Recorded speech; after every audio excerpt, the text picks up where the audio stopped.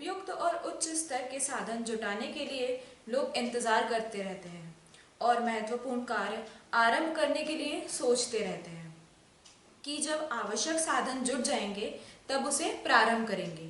समुचित साधन जुटाने की प्रतीक्षा में बैठे रहना इस संभावना का ही आभास देता है कि शायद यह कार्य कभी भी आरंभ ना हो सकेगा। ख्याल करते रहने के स्थान पर आवश्यकता उस कार्य में जुट पड़ने की रहती है। स्वल्प साधनों से भी प्रबल साहस के सहारे बड़े बड़े महत्वपूर्ण काम किए जा सकते हैं।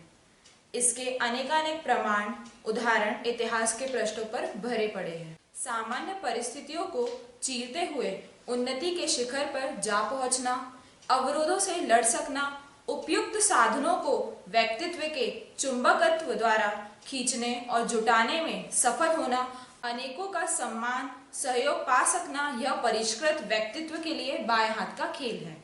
संकल्प बल ही है जो सन्मार्ग पर चल पड़े तो व्यक्तित्व को इतना ऊंचा उठा सकता है जिस पर देवता भी ईर्ष्या करने लगे।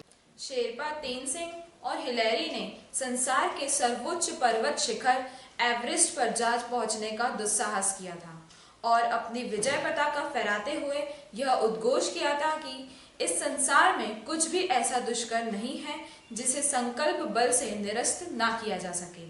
उदाहरण बताते हैं कि वाल्मीकि और अंगुलिमाल जैसे डाकू संत बने।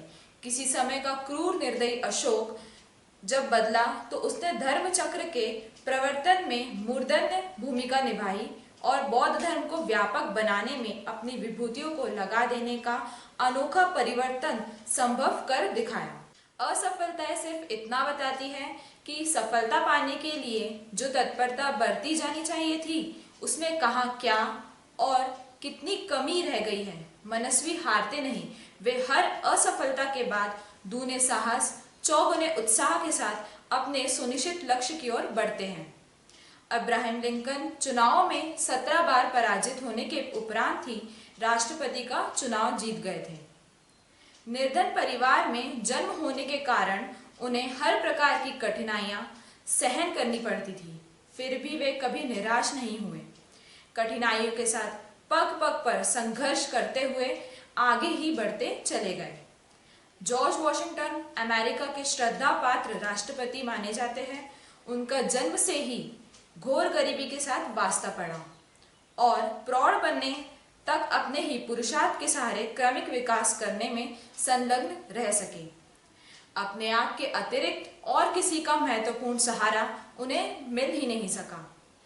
भीष्म ने आजीवन ब्रह्मचारी रहने का व्रत लिया और उसे बिना किसी कठिनाई के पूरा कर दिखाया। गिराता शरीर नहीं मन है।